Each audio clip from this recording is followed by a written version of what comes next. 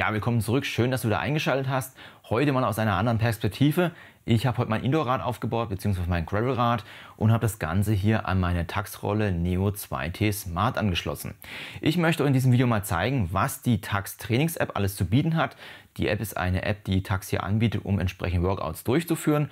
Und da wollen wir die Frage auch nachgehen, ist das vielleicht eine Alternative zu Zwift, falls ihr Zwift nutzt? Die Tacx-App selber kostet ja auch im Monat in der Premium-Version 10 Euro, im Jahr etwa 100 Euro und da muss natürlich auch etwas geboten werden, wenn man so einen Betrag bezahlt. Bevor wir in die App hineingehen, möchte ich aber kurz ein paar Rahmenbedingungen nennen, die ihr hier erfüllen müsst. Ihr braucht dann erstmal eine Tacx-Rolle, in dem Fall habe ich jetzt wie gesagt die Neo 2T Smart. Falls dich interessiert, wie man sowas aufbaut mit einer SRAM-Schaltung, wie ich es habe, ich habe ein Video dazu gemacht, ein Tutorial, da kannst du das Ganze auch mal anschauen, das verlinke ich dir oben mal. Da siehst du dann, wie das Ganze entsprechend aufgebaut wird. Um die Daten richtig zu ermitteln, braucht ihr auch einen Brustgurt oder eine Herzfrequenzmessung. Ich habe hier zum Beispiel von Garmin verschiedene Brustgurte. Ich habe hier den Pro-Gurt bzw. hier auch den normalen Dual-Gurt. Das ist der ganz einfache Brustgurt, der einfach nur Herzfrequenz misst. Oder ihr habt auch die Möglichkeit, wenn ihr jetzt eine Sportuhr habt, wie bei mir die Instinct Crossover oder jetzt hier die Coros Apex 2 Pro, die können Herzfrequenzdaten senden. Die Daten könnt ihr entsprechend aufverwenden bzw. bei den Uhren das Ganze aktivieren und hier übertragen. Ja, hier übertragen ist auch schon das Stichwort. Wo könnt ihr das Ganze nutzen? Ihr habt einmal die Möglichkeit, das Ganze normal auf dem Smartphone zu nutzen. Ich habe hier zum Beispiel das iPhone oder auch die Option, hier das Ganze auf dem iPad zu machen, wie ich das jetzt mache. Beziehungsweise dann auch auf dem MacBook. Ich habe ein MacBook M1, da wird das Ganze auch angeboten. Oder das Ganze natürlich über Android. Im Google Play Store ist das Ganze ebenfalls vorhanden. Bei Google Play Store habe ich das schon hin und wieder mal gelesen, dass es da bei manchen Geräten Verbindungsabbrüche gibt. Das Problem hatte ich jetzt mit meinem iPhone bzw. iPad nicht gehabt. Dann würde ich sagen, gehen wir jetzt mal direkt hier in die App hinein, beziehungsweise in die Tacx-App. Wir sehen jetzt einmal rechts oben ist schon der Trainer verbunden, die Tacx Neo 2T. Gehen wir einfach mal drauf, da bekommen wir jetzt mal die Übersicht angezeigt, was alles verbunden ist. Wir sehen jetzt hier alles grün, alles gut. Wenn ihr jetzt zum Beispiel einen Brustgurt verbinden wollt, dann können wir das Ganze auch entsprechend neu laden. Ich mache zum Beispiel mal Herzfrequenzen über die Coros Apex 2 Pro und wir sehen jetzt hier, die taucht jetzt auch in der Liste auf und ich könnte dann entsprechend hier die Herzfrequenzdaten von dieser Uhr übernehmen. Ich bleibe jetzt aber bei der Instinct Crossover. Ich trage die gerade auf der richtigen Seite. Da muss immer Herz zum Uhr muss immer passen. Also ganz wichtig an der Stelle auch, damit ihr bessere Daten bekommt, die Uhr auf der richtigen Seite zu tragen, zumindest wenn ihr dann Sport macht. Bitte jetzt auch nicht wundern, weil das iPad steht hier auf dem Notenständer, deswegen habe ich immer so einen kleinen Blick hier nach rechts. Wir sehen jetzt auch hier, die Herzfrequenzdaten werden nun oben rechts angezeigt. Wir sehen jetzt hier 72er Puls habe ich aktuell. Und das Ganze ist hier dann entsprechend verbunden. Wir sehen es auch schon in der Komplettübersicht. Das ist jetzt einfach die Anzeige, die wir sehen. Wie gesagt, ich habe das Ganze jetzt hier als Premium freigeschaltet. Wenn ihr jetzt kein Premium habt, dann könnt ihr hier die ganzen Strecken nicht fahren. Ihr könnt so ein paar Basissachen machen, also einfach nur so für den Einstieg. Ihr könnt auch darüber hinaus, wenn ihr Premium seid, auf der Tacx Cloud Seite eigene Trainings erstellen. Da könnt ihr einen FTP-Test machen oder eigene Workouts oder auch GPX-Dateien hochladen, diese dann abfahren. Das ist ebenfalls entsprechend dann hier möglich. Ich würde aber sagen, wir gucken uns das Ganze jetzt mal im Grundbau an, also ohne dass wir selber was hinzugefügt haben. Wir haben jetzt links einmal den Feed, neue Touren, Trainingsraum und Einstellungen. Einstellung ist jetzt nicht wichtig, das haben wir schon beim Aufbau gemacht. Wie gesagt, das Video habe ich ja schon verlinkt. Wir gehen jetzt als erstes in den Trainingsraum rein. Eine wichtige Sache habe ich noch vorab vergessen, und zwar, wenn ihr euch bei der Tacx-App anmeldet, könnt ihr euch auch mit dem Garmin-Konto anmelden. Das hat den Vorteil, dass alle Daten, die in Garmin Connect hinterlegt sind, also Gewicht, Alter etc., ebenfalls in die Tacx-App übernommen werden. Und auch wenn ihr die Workouts macht, werden diese dann in Garmin Connect hochgeladen und entsprechend dann, wenn ihr zum Beispiel Sportuhren habt, das Ganze synchronisiert und mit dem Trainingsload verarbeitet, dass das alles hier im Einklang ist. Wie das dann aber nach dem Workout aussieht, das schauen wir uns dann gleich nochmal an. Wir sehen jetzt hier, wir haben einmal Groundwork, Brickwork und dann das Roofing, also das heißt hier das Basistraining, also wir sehen jetzt nicht alles übersetzt, das Basistraining, mittlere Training und dann nochmal das Ganze hier auszubauen. Wir haben auch die Möglichkeit, einen Test zu machen, einen klassischen FTP-Test. Und wir sehen auch hier nochmal, es gibt die Challenges, die kennen wir ja auch schon von der Garmin Connect App. Das ist hier etwa dasselbe. Wir gucken uns einfach jetzt mal so einen Trainingsplan an, wie das Ganze aussieht. Wir gehen jetzt einfach mal in Groundwork hinein. Das ist der Grundlagenplan, da gibt es auch dann 3 Stufen. Wir haben hier Low-Intensität, mittlere Intensität und hohe Intensität. Und wir sehen auch schon, das Ganze ist mit Watt pro Kilo gemacht. Das bedeutet auch, dass ihr euer Gewicht dann hinterlegen müsst und am besten mal auch einen FTP-Test vorher macht, dass das Ganze hier ein bisschen eingependelt ist, damit auch die Garmin-App weiß, wie ihr etwa unterwegs seid. Links sehen wir dann auch nochmal anhand der Balken, was dann entsprechend hier trainiert wird oder was da alles drankommt. Und wir können einfach mal in den mittleren Plan hineingehen. Und da ist es zum Beispiel so, wenn ihr jetzt kein Premium-Member seid, dann könnt ihr die erste Aufgabe machen, das ist das Blaue. Also alles, was blau ist, das ist dann machbar. Und hinten dran das Grüne, da hat es dann so eine Krone drauf. Da könnt ihr dann entsprechend, wenn ihr kein Premium-Mitglied seid, das nicht mehr durchführen. Wir sehen auch hier dann in dem Workout ist dann so gestaffelt und wir bekommen dann hier angezeigt, zum Beispiel dann ja den Faktor, die Trainingsstress-Score und entsprechend die Dauer der Trainingseinheit. Ebenfalls bekommt ihr dann links angezeigt im Kalender, wie die Trainings aufgebaut sind. Das sind dann jetzt 3-mal die Woche. Das heißt einfach hier in dem Fall ist es Dienstag, Donnerstag und Sonntag. Und so könnt ihr dann entsprechend die Trainings durchführen. Ja, ich würde aber sagen, wir probieren es einfach mal ganz kurz aus. Ich denke mal, für die meisten wird es interessant sein, wie sowas in der Praxis aussieht, wie das dann abläuft. Wir nehmen jetzt einfach mal den 3x10 Low Tempo. Ich werde jetzt aber das Workout jetzt nicht komplett durchführen, da habe ich jetzt nicht die Zeit dafür. Aber so ein Einstieg zum Reinschauen ist es, glaube ich, mal ganz gut. Gehen wir einfach mal auf Start. Ja, da bekommen wir jetzt auch schon hier die Übersicht angezeigt. Wir sehen jetzt links unten den Ablauf, also mein Männchen, was sich gerade fortbewegt. Die Zeit ist links, dann in der Mitte die Meter. Und rechts dann die Restzeit, wie lange das Ganze noch dauert. Ebenfalls seht ihr dann in der Grafik angezeigt, links oben die Leistung, die ich jetzt gerade erbringe. Also jetzt hier 170 Watt. Ich soll ein bisschen niedriger sein. 161, gehen wir ein bisschen runter. Und die maximale Geschwindigkeit, beziehungsweise hier dann auch die Trittfrequenz und die Herzfrequenz. In der untersten Reihe bekommt ihr auch angezeigt, dass ich jetzt hier 170 Watt treten soll und die Restzeit ist etwa noch 13 Minuten und dann geht es mit über 222 Watt 10 Minuten berghoch. Ebenfalls habt ihr auch die Möglichkeit, wenn euch das jetzt so anstrengend ist, also wenn einfach die Wattzahl zu hoch ist, können wir nochmal auf den Pfeil gehen und dann gibt es rechts einen Button, der ist mit 100%. Wir haben jetzt die 170 Watt ja gehabt, die wir treten müssen. Wir gehen jetzt einfach mal zurück, sagen jetzt einfach mal 80%. So, dann sehen wir, aus 170 Watt sind jetzt 136 Watt geworden und so könnt ihr das Training dann für euch individuell anpassen, wenn es dann etwa zu stark ist. Wenn ihr das Workout dann durchgeführt habt, bekommt ihr dann nochmal Zusammenfassung angezeigt. In diesem Fall, ich bin jetzt nicht so viel gefahren, das sehen wir jetzt hier, die durchschnittliche Geschwindigkeit bzw. die Wattzahl, als auch dann die Trittfrequenz bzw. die Herzfrequenz. Es gibt dann noch einen weiteren Unterschied, wenn wir jetzt zum Beispiel in Brickwork hineingehen. Da sehen wir dann auch gleich, dass wir hier auch nochmal 3 verschiedene Möglichkeiten haben, das Ganze einzustellen. Wir haben ja einmal hier die Endurance-Version, beziehungsweise wir können das Ganze auch hier mit Zeit machen oder auch auf Racing.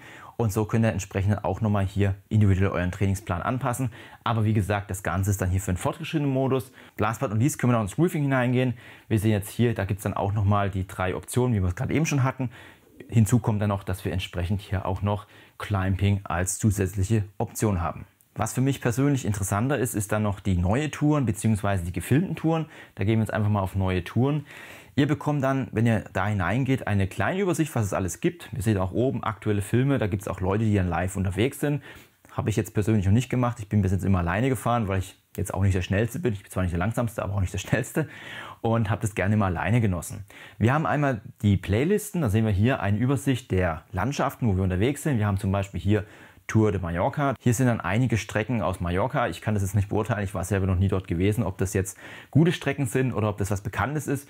Aber hier habt ihr zumindest dann schon mal Touren, die abgefilmt worden sind und die ihr dann entsprechend abfahren könnt. Es gibt aber auch andere Länder, wir haben zum Beispiel Taiwan, England, aber auch zum Beispiel hier United States ist ebenfalls enthalten. Ihr habt darüber hinaus auch die Option, wenn ihr jetzt zum Beispiel so eine Tour aussucht, diese dann entsprechend downzuladen, weil es ist nämlich so, ihr müsst hier entsprechend auch eine Netzwerkverbindung haben, beziehungsweise hier muss auch WLAN zur Verfügung stehen. Das bedeutet, das Ganze wird hier gestreamt, also der Film wird gestreamt. Man kann es auch einstellen, ob es jetzt ein schlechter Stream oder ein besserer Stream sein soll. Das ist hier auf jeden Fall möglich. Aber wie gesagt, ihr könnt das Ganze auch offline herunterladen. Das ist auch kein Problem. Da gibt es rechts diesen Button. Und wenn ihr entsprechend drauf geht, dann könnt ihr es hier in 480p oder 720p herunterladen. Jetzt denkt man, ja gut, jetzt hat man hier schöne Playlisten, wo es jetzt, ich möchte jetzt was anderes fahren, ich möchte jetzt was Bestimmtes haben. Ist kein Problem. Ihr könnt die Filme auch filtern und da findet man noch viel mehr, was man hier auf den ersten Blick gar nicht sieht. Wir gehen jetzt einfach mal in den Filter hinein. Und hier haben wir die Möglichkeit, hier verschiedene Optionen auszuwählen. Also einmal den Schwierigkeitsgrad, also extrem schwer bis leicht oder leicht bis extrem schwer. Wir können aber auch die Distanz einstellen. Das heißt, auch hier, wenn die Tourlänge entsprechend kürzer sein soll, kann er die auch bis 8 Kilometer runter machen. Je nachdem, ob es dann eine Strecke gibt. Ich lasse das Ganze jetzt mal einfach offen. Und wir können natürlich auch die Höhen einstellen, wenn ihr jetzt sagt, okay, also ich bin jetzt keiner, der jetzt 2000 Höhenmeter im Keller fahren möchte, 700 Meter lang mir und kann das entsprechend hier so einstellen. Ebenfalls geht dann auch eine durchschnittliche Neigung, aber auch die maximale Neigung, weil der Durchschnitt kann als niedrig sein, aber wenn ein steiler Berg dazwischen drin ist, ist auch das entsprechend hoch. Der erste interessante Aspekt ist hier das Thema Marken. Da gehen wir jetzt auch einfach mal rein. Hier könnt ihr nämlich auswählen zwischen Ihr Mountainbike, aber auch bestimmte Touren. Wir haben zum Beispiel den Giro d'Italia da drin. Den können wir jetzt mal entsprechend auswählen. Und wenn wir das Ganze hier machen und Ergebnis anzeigen, dann bekommen wir hier die Strecken, die entsprechend hier für den Giro sind, angezeigt. Eine andere Option ist auch nach Ländern zu suchen. Das heißt also, wenn ihr jetzt in irgendeiner Gegend seid, dann könnt ihr hier auch entsprechend die Länder aussuchen. Wir sehen hier die Auswahl der Länder, also ist schon einiges dabei. Ich nehme jetzt einfach mal hier Deutschland, weil vielleicht die meisten interessant sein könnte. Oder auch, wir haben ja auch welche, die aus Österreich zuschauen. Wo ist Österreich? Da ganz oben. Austria wählen wir noch aus. Und zu guter Letzt haben wir natürlich noch Schweiz. Das nehmen wir auch noch mit. Und dann können wir uns die Länder mal entsprechend anzeigen lassen. Mal Ergebnis anzeigen.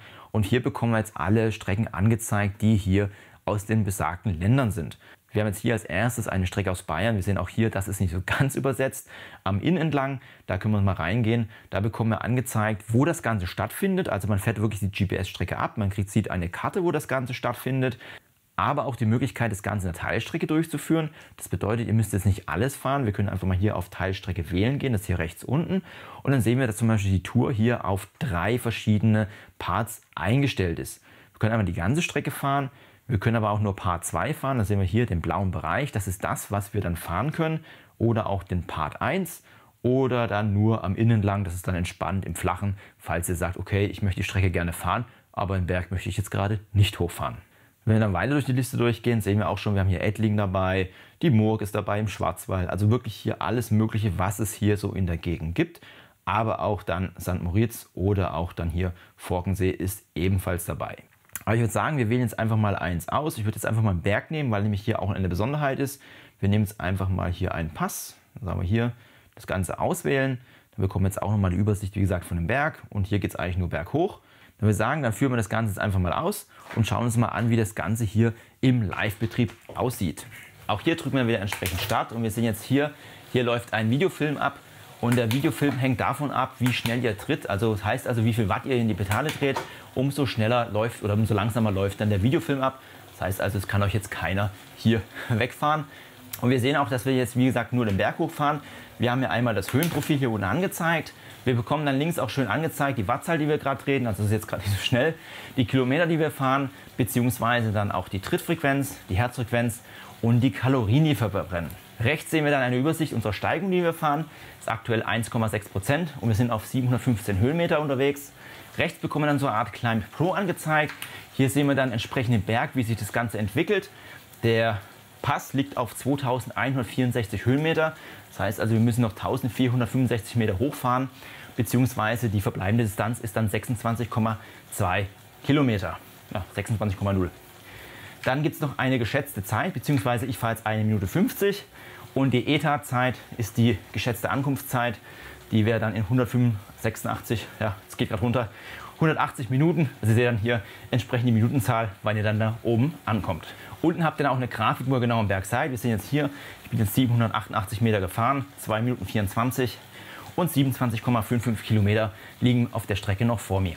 Auch hier können wir noch ein paar Einstellungen vornehmen. Wenn wir jetzt hier auf das Display drauf gehen, dann sehen wir einmal eine Übersicht. Wir können die Seiten ändern. Wir haben jetzt hier 1 von 4. Wenn wir jetzt rüber gehen, können wir die Datenfelder entsprechend anpassen oder auch gar keine Datenfelder.